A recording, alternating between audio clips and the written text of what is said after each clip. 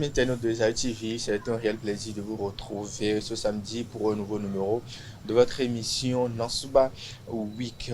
Et pour la première rubrique aujourd'hui, Beidi, nous parlons de la production et consommation du tabac, une réalisation de Mouidine Lawani et de Sylvie Dedéou. Et puis, quand Paraco rap, c'est de ça qu'il s'agira dans la rubrique Yébou d'aujourd'hui. On reçoit pour vous Aurel Simon Ayaka, qui est le directeur artistique et régisseur en chef du festival Quand Paraco rap. Le Zapi viendra nous donner une pause avant de revenir sur le plateau pour le panel de discussion. Le sujet aujourd'hui, diplôme ou compétences, qu'est-ce qui compte réellement? Alors installez-vous, on revient pour le développement.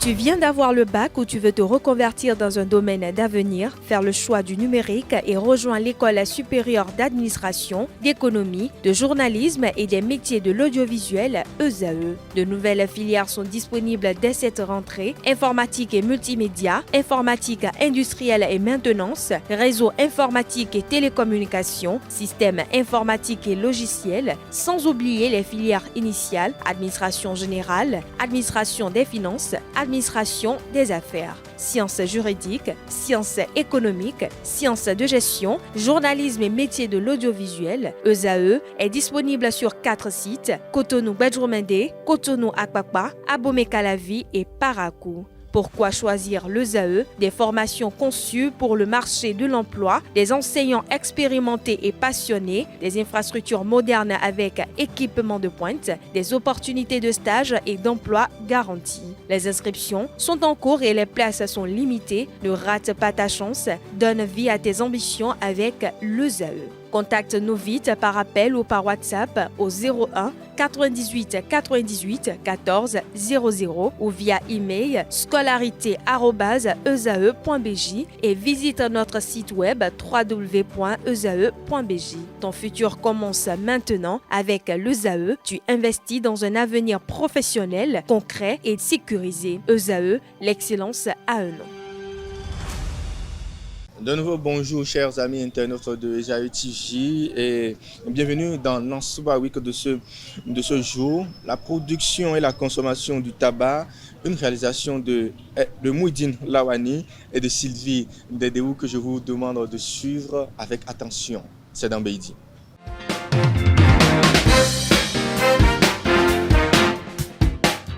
Dans le village Baka, situé dans le 2e arrondissement de Parakou, un jeune homme a fait le choix de se lancer dans la culture et la transformation artisanale du tabac. Une activité ancienne, mais toujours pratiquée. De la plantation à la récolte, le tabac exige un suivi régulier et une attention particulière. On fait son pépinière d'abord.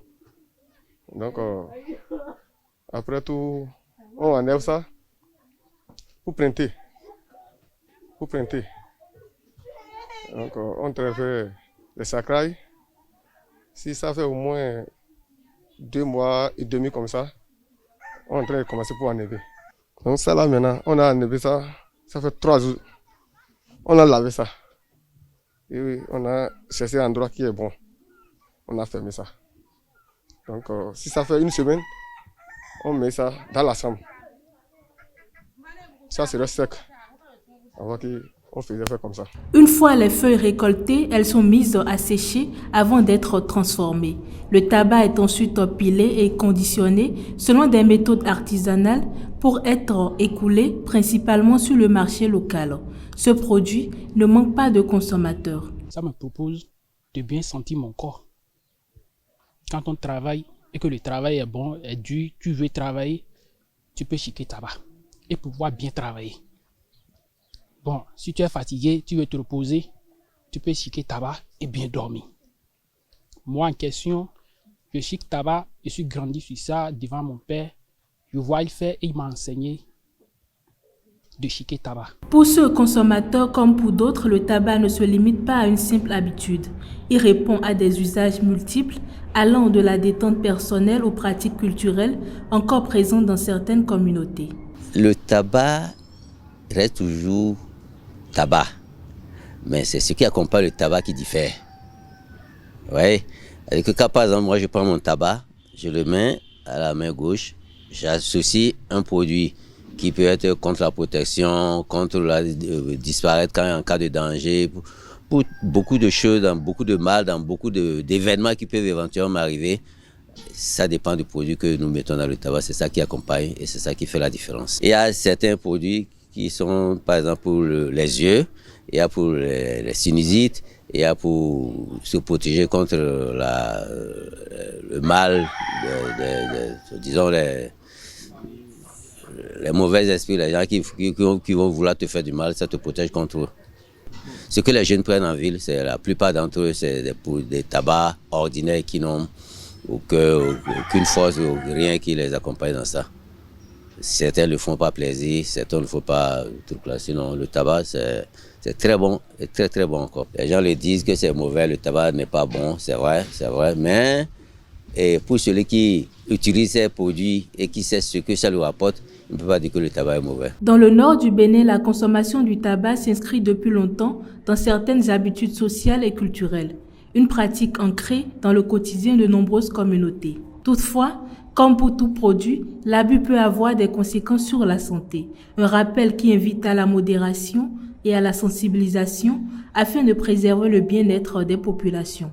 Merci beaucoup, chers amis, chers Dédéou, Sylvie et Moudine Lawani pour ces belles images qui nous parlent de la production et de la consommation du tabac dans la partie septentrionale de notre pays.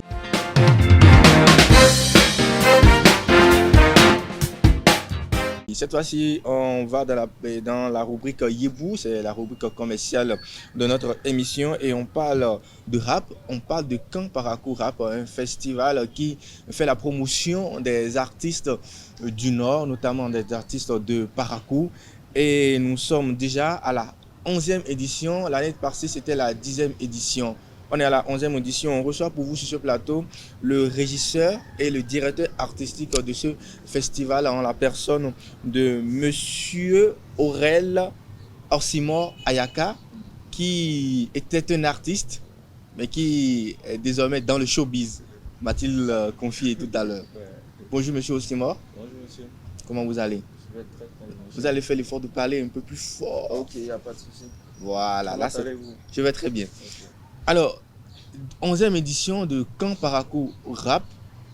Déjà, on va faire un saut dans le passé. La 10e édition, comment ça s'est passé? La 10e édition s'est très très bien passée. Il dit 10 ans, dit grande fête. Donc ça s'est très très bien passé.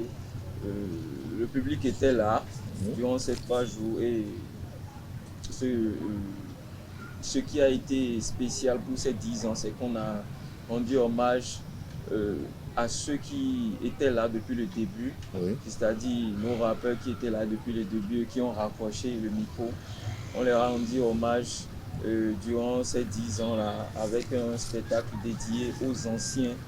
Et pour pimenter la soirée, on a fait comment le dire, un face-à-face entre l'ancienne génération et la nouvelle génération pour essayer de montrer au public tout Camp Parakou Rap a commencé.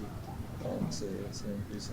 Voilà, c'était donc la société de la 10e édition. Et nous sommes déjà à la 11e édition et un peu partout on voit les affiches de la promotion et de ce festival-là. Alors dites-nous, les préparatifs, comment ça évolue? Les préparatifs vont à bon train. Mais comme on le dit, on n'est jamais prêt. Donc on est toujours là à faire avec nos maigres moyens, tout et tout. Et c'est l'occasion de toujours lancer un appel pour des partenaires qui veulent toujours accompagner l'événement. Il est encore temps de nous accompagner. Et pour cette 11e édition,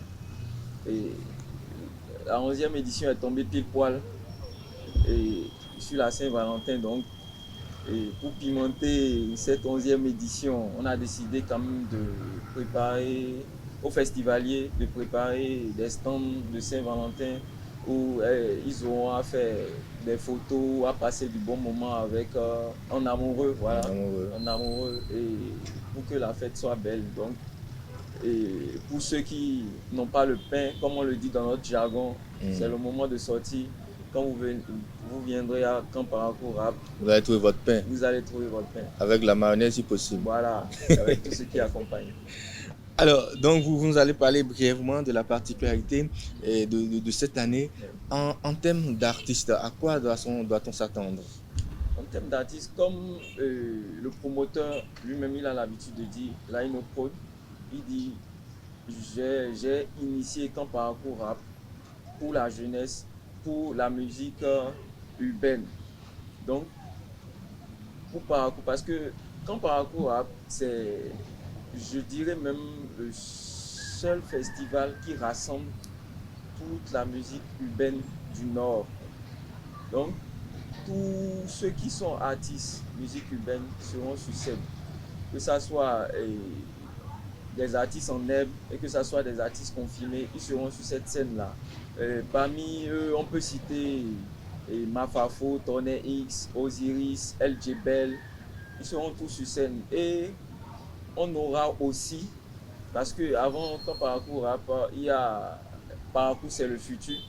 Parcours c'est le futur qui a été initié pour dévoiler et mettre en lumière quelques jeunes talents qui sont toujours dans l'ombre et qui ont peine à décoller.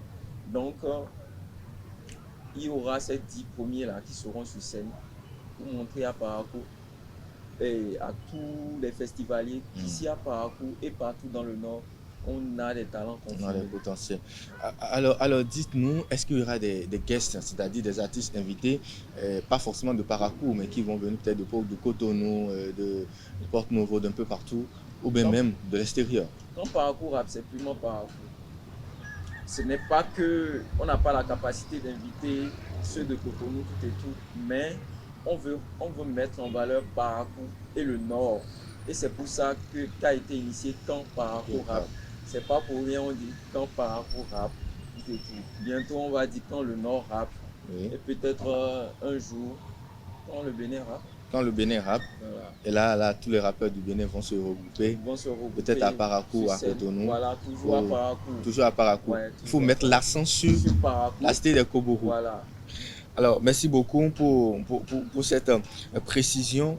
Alors, d'habitude, on sait que le festival, il est gratuit pour tout le monde. Oui. Est-ce que quelque chose a changé cette année? Rien n'a changé. Le festival, il est toujours gratuit. Il est toujours gratuit. Il est toujours gratuit parce que c'est difficile d'avoir ici au Nord des spectacles qui mettent en valeur la musique urbaine.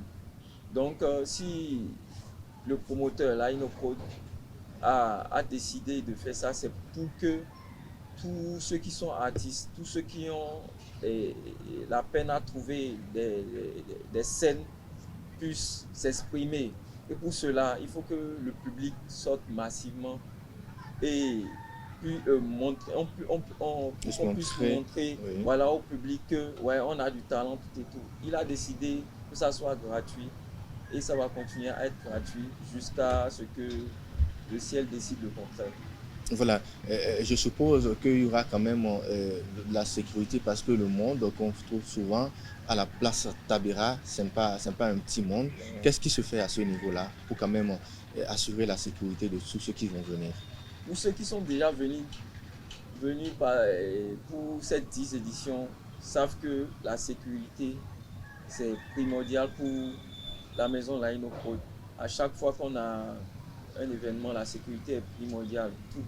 Il y aura les pompiers, il y aura les militaires, il y aura les policiers. Donc, pour la sécurité, ne vous en faites pas. Mais comme on a l'habitude de dire, pour que tout aille bien, la première sécurité, c'est à vous de le mettre. Donc, c'est à la population de mettre en place sa sécurité. Donc, on compte sur eux pour que cette 11e édition se déroule à bon train. À bon temps. Quand Paracou Rap, ce n'est pas un festival qui vous procure financièrement parce que c'est complètement gratuit. Comment vous arrivez quand même à l'organiser si vous n'avez pas un ristourne? Tout est une question d'organisation. Dès qu'on finit Camp Paracou Rap 11, on commence à préparer Camp Paracou Rap 12. Tout est une question de programmation, tout. Et on salue déjà, comment dit-on, ces partenaires-là qui nous ont suivis depuis la première année jusqu'à là. Merci à eux et on espère qu'on va continuer ce bout de chemin avec eux. Et Merci. Et merci. Alors, je vais vous demander de regarder tout droit vers cette caméra parce que c'est quand même le moment d'inviter les partenaires anciens comme nouveaux de toujours venir se joindre à vous et vous soutenir dans cette activité-là. Vous avez la parole. Chère population, quand Parcours Rap 11 arrive le 12, le 13 et le 14 à la place Tabera, sortez massivement parce que c'est votre événement. C'est votre événement, sortez, on va s'amuser comme jamais. Et préparez vos pains et ça va bien se passer parce qu'on va vivre non seulement un spectacle comme jamais, mais aussi on va célébrer l'amour ensemble. Merci. Et les partenaires, vous les avez oubliés? Les partenaires, on les remercie tous ceux qui sont là depuis le début et qui nous suivent. On les remercie et on espère que ça va bien se passer. Merci beaucoup, Monsieur Orsimor, d'être passé sur notre plateau. Nous également, nous allons essayer à notre manière de vous accompagner et pourquoi pas de venir aussi chercher nos pains pour ceux qui n'en ont pas. Ouais. Merci à vous. Et avant que je ne finisse, Oui, merci à Esaü TV pour cette opportunité qui nous a permis de nous exprimer et de parler de ton parcours à tout et tout. Et j'espère que vous serez de la partie. Il n'y a pas de souci, on va venir. Alors, merci à vous, Monsieur Orsimor, Monsieur le directeur, je vais dire. Alors, chers amis internautes, Yébou, c'est fini, on va s'installer pour le panel de discussion. Mais avant ça, le zapping.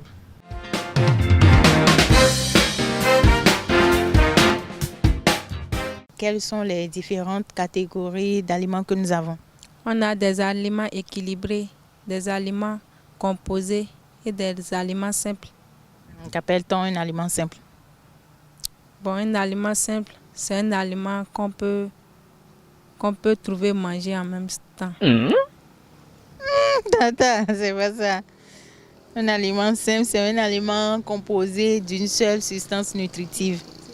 Oui, c'est pas parce qu'on a dit simple, on trouve on mange en même temps. Non, c'est pas ça. Le nom du préfet du Bagou? C'est...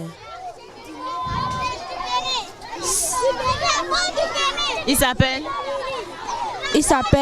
Dorothée Sosa. Elle a dit Mohamed. Quelle est la superficie du Bénin?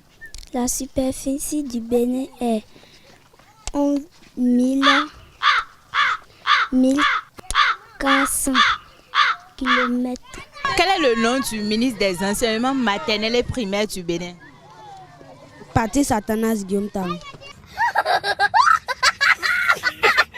Le Bénin compte combien de départements?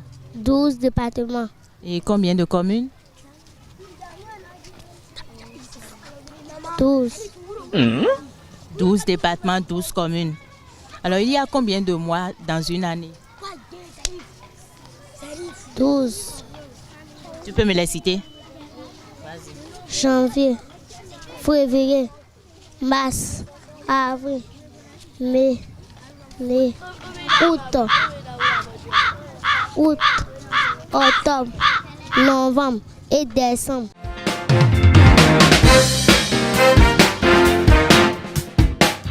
Allez, chers amis internautes, nous sommes dans la dernière ligne droite de notre émission. Le panel de discussion aujourd'hui, ça sera avec Eric Ngueto et Mouidine Lavani qui sont déjà prêts pour nous donner leur appréciation de ce sujet.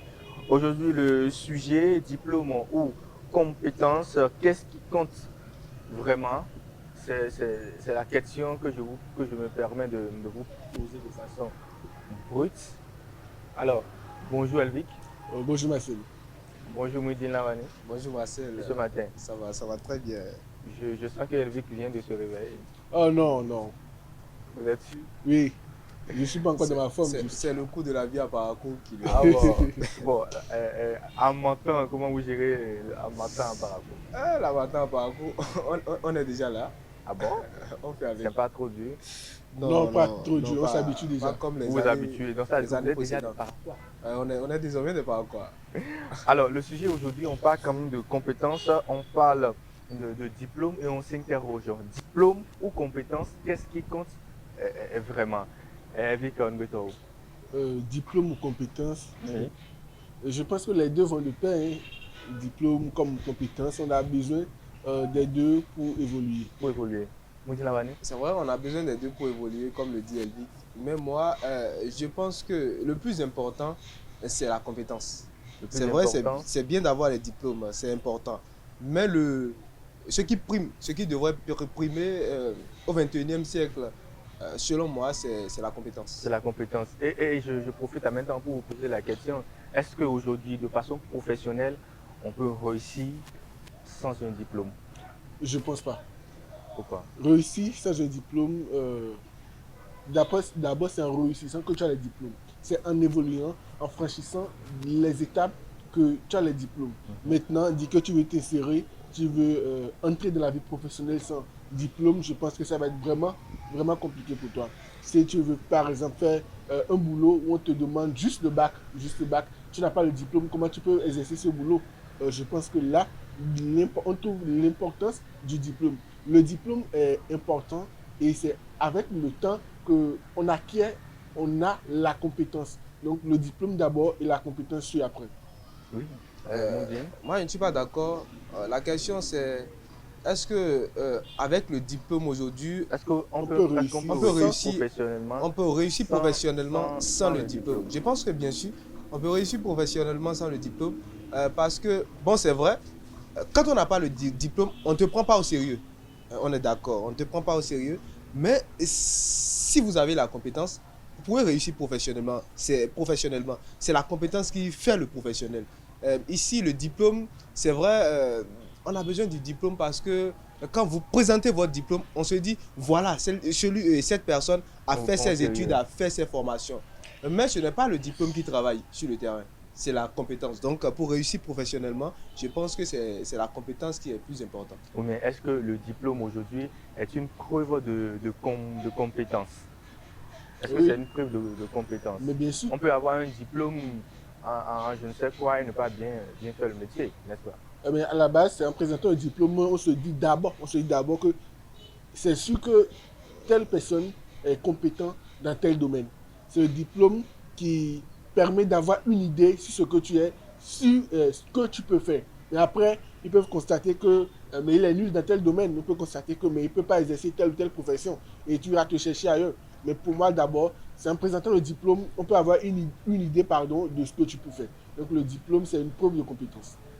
Vous êtes d'accord? Non, on paye le diplôme. On peut payer le diplôme, mais la compétence, ça ne se paie pas. La compétence, c'est comme le karma. Quand tu brûles les étapes, ça te rattrape forcément dans le monde professionnel. Contrairement au diplôme, le diplôme désormais, tu peux décider de suivre ou de ne pas suivre un cours. Je prends le cas qui frappe tout de suite aux yeux, c'est le cas des masters. Vous voyez, tout le monde fait le master. Mais tout le monde tout le monde ne mérite pas le diplôme du master. On fait les masters, voilà, et à la fin du cursus, on te donne un diplôme. Tu as le master, c'est vrai, tu as payé, tu as fait un semblant de suivre les cours. Mais est-ce que c'est toi vraiment? Si tu fais un master en journalisme, par exemple, tu ne suis même pas les cours du journalisme. Tu es là, voilà, ils font quoi? Après toi, tu viens te présenter pour composer. La finalité, c'est que tu auras les diplômes. Est-ce que ça, par exemple, ce n'est pas la faute des formateurs? Non, est-ce que c'est la faute des formateurs? Les formateurs, ils ont élaboré un plan pour que ça marche avec toi. Mais si tu décides, c'est comme un enfant qui est au CM2 et qui n'apprend pas les leçons et qui ne fait pas, mais qui croit qu'il aura le bac. Et désolé, je suis très en avance, qui croit qu'il aura le CEP. Oui. Si c'est possible, tu peux tricher pour avoir le CEP. Mais est-ce que tu mérites vraiment ton CEP? Non, je ne pense pas. Quelqu'un prend son temps pour suivre des cours en présentiel comme en ligne. Et il prend son temps pour venir composer, vous dites qu'il ne mérite pas le diplôme. Je pense qu'il mérite le diplôme. Vous pouvez être là, dormi. Il mérite le diplôme. Il mérite le diplôme peut-être parce qu'il a dépensé. Après, sur le temps, on peut voir qu'il n'a pas du tout le niveau. Du tout les compétences. Et là, on peut le recaler. Nous sommes dans un système francophone où très souvent on dit c'est ton diplôme qui compte. Alors que dans un autre système, on dit c'est qu'est-ce que tu sais faire. est-ce que vous ne pensez pas que c'est mieux de primer qu'est-ce que tu sais faire que de dire quel diplôme tu as? Oui. Avec Mbeto. Oui, ça oui. Parce que c'est comme vous l'avez, aujourd'hui nous sommes dans un système assez bizarre, si je peux le dire, assez bizarre, où si telle personne a tel diplôme que toi, on l'engage directement, or que la personne n'a pas la moitié des compétences que tu as. La personne ne t'égale pas. Toi, tu es trop en avance avec beaucoup de choses, parce que tu as appris sur le tas, tu as été autodidacte, et tu es en avance sur beaucoup de choses, mais parce que tu n'as pas tel diplôme, on te recale. Je pense qu'on doit revoir ce système où on doit plus mettre en avant les compétences, on doit mettre en avant le savoir-faire, la connaissance, que de toujours mettre en avant le diplôme. Nous connaissons beaucoup de personnes avec qui on a fait des classes. Ils ont eu le bac comme ça, ils ont eu le BPC, ils ont eu la licence comme ça. Mais au fond, nous savons que telle ou telle personne, il n'a pas le niveau, il ne peut pas exercer tel ou tel métier. Si on le met sur le tas, il est nul, excusez-moi le terme, il est nul. Avec je constate que vous rejoignez un peu Moudine Lawani quand il parle de compétences. Même sans le diplôme, on peut ailleurs te recruter pour un travail parce que c'est que tu as appris, tu es autodidacte, tu as appris sur le tas et le diplôme peut venir après. On le voit aujourd'hui des personnes qui ont déjà exercé des années dans un métier et qui c'est après des années qu'ils viennent pour chercher un diplôme, une licence ou un master alors qu'ils n'ont même plus le temps d'aller s'asseoir dans un amphithéâtre pour suivre un cours. Je n'étais pas contre Dean, je l'ai dit au début, que diplôme et compétences vont de pair. Il n'y a pas l'un sans l'autre. Donc les deux, on a besoin des deux pour évoluer. Tu peux avoir la compétence et avoir le diplôme après. C'est de la même manière, tu peux essayer de travailler, avoir ton diplôme et au fil des années, la compétence, l'expérience, ça va venir. Donc le diplôme est très important. Le diplôme est très important. Moudine Lawani, on voit des gens qui sont très diplômés. Ils ont la licence, ils ont le master, ils ont le doctorat, même si on peut le dire, mais qui finalement sont au chômage. Qu'est-ce que tu peux expliquer ça? C'est normal, comme je l'avais déjà dit au préalable, c'est le fait que ces personnes-là, c'est vrai, ils ont passé tout le temps à chercher les diplômes, à chercher que les papiers. Voilà, mais qu'est-ce qu'ils savent faire? Non, les diplômes, c'est théorique. Vous voyez, c'est que la théorie. Vous êtes là, vous venez tout le temps, c'est la routine, vous apprenez, vous soutenez, vous avez un papier. Mais qu'est-ce que vous savez faire dans votre domaine? Quand je prends... le domaine que je connais le plus c'est le journalisme. Vous êtes là, vous apprenez, vous parlez bien français, voilà. Le diplôme, c'est là. Mais est-ce que vous connaissez les rouilles du métier? Qui va vouloir miser sur vous? Et même si, voilà, vous avez le doctorat en journalisme, mais on vous engage. Mais celui-là qui n'a même pas la licence, il connaît mieux le métier que vous. Vous pensez qu'on va abandonner celui-là et vous prendre? Non, je ne pense pas. Vous parlez bien le français, mais est-ce que c'est le français qui fait le journalisme? Non. On peut aussi faire le journalisme dans sa langue maternelle. Oui, mais il faut connaître les contours du métier. Les contours. Tu parles mieux ta langue maternelle, ça ne fait pas de toi un journaliste. Tu peux faire de la désinformation dans ta langue maternelle. De la désinformation dans ta langue maternelle. Alors, Elvie Mbeto, est-ce que vous pensez que les compétences pratiques peuvent aujourd'hui remplacer les diplômes? Si les compétences pratiques peuvent remplacer les diplômes? Non. Pourquoi? Non et oui à la fois. Je suis un peu mitigé sur cette question. Parce qu'on a dit, c'est pas le diplôme, ça permet à l'employeur de se dire qu'il a réussi dans tel domaine. Il ne t'a pas encore vu à l'œuvre. C'est en te voyant à l'œuvre qu'il va avoir une idée de ce que tu peux faire, de ce que tu es.